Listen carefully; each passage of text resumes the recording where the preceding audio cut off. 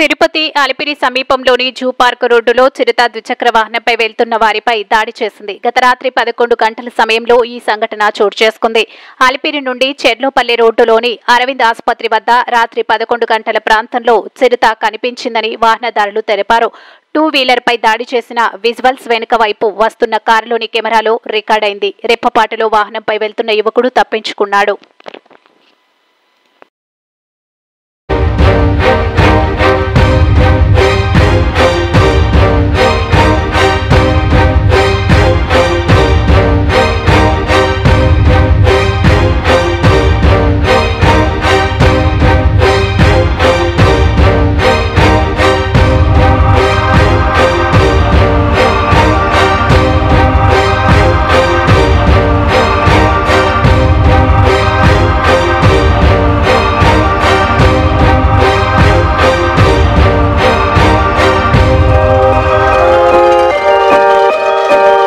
ఇటువంటి మరిన్ని వీడియోల కోసం మా ఛానల్ ని సబ్స్క్రైబ్ చేసుకోండి.